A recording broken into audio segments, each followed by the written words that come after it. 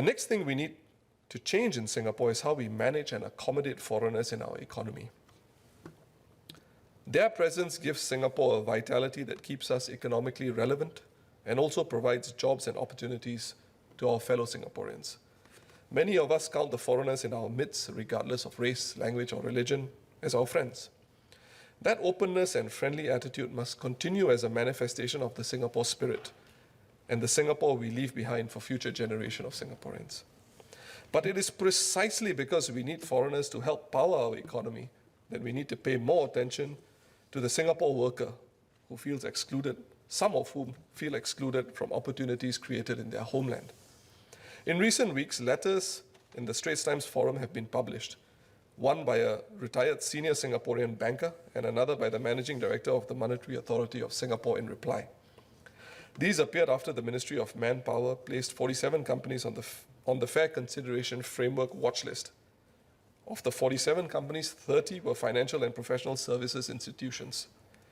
On the MOM's website, examples are given of one wealth management firm where almost 3/4 of their PMAT or professional manager, executive and technician jobs are held by persons of the same nationality.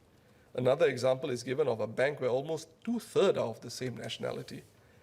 The obvious question is, how did those two companies get to those stages without MOM taking action before this? MOM's website states at one point, and I quote, MOM does not tolerate unfair hiring practices, and employers who do not give locals a fair chance in hiring and promotion will face scrutiny and stiff penalties if found to have unfair hiring practices, end quote.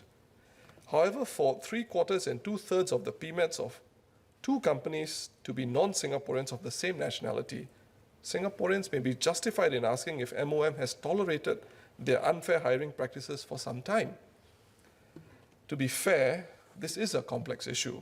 For example, there may be some justification if the bank's customers are not in Singapore, but are from the same country as the PMATs, and if these customers do not speak any of the languages widely used in Singapore. Some have argued that this is what it takes for Singapore to be a global financial hub.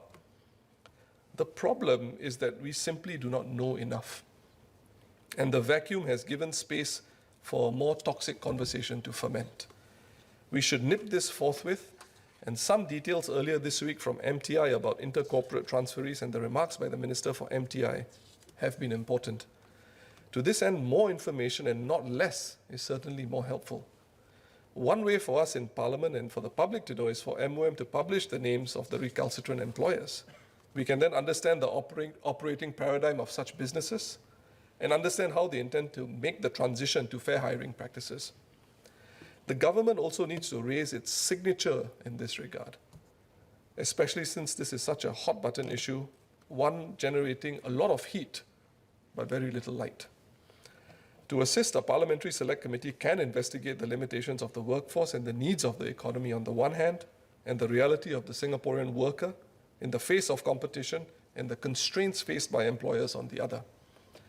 Beyond this, a far more purposeful way to prevent companies from hiring unfairly would be for Parliament to pass anti-discrimination legislation and impose penalties for discriminatory practices by egregious offenders. This should be considered alongside a more activist approach by the Tripartite Alliance for Fair Employment Practices, or TAFEP, in the immediate term. At the moment, the penalty for employers who breach TAFEP's fair hiring requirements is a debarment for up to 2 years from hiring or renewing foreign workers, including work pass renewals. And that is for the most serious offenders. There are no criminal penalties for individuals who are responsible for fair hiring practices. Surely this tempts recalcitrant employers into trying their luck. If they practice unfair hiring, all that happens is they are stopped from hiring unfairly for 2 years. Employers only face criminal prosecution if they make false declarations on fair consideration. And somehow, truthful declarations on fair consideration have allowed two companies to hire up to 2/3 and 3/4 of PMATs of the same nationality. Needless to say, prosecution only for false I don't know why I'm making a problem with this. False declarations is simply not enough. In tandem with a stronger regime of deterrence, there should be an educational credential assessment for all employment pass and S-pass applicants, the cost of which should be borne by the applicant. This will ensure that only objectively qualified foreigners may work in Singapore.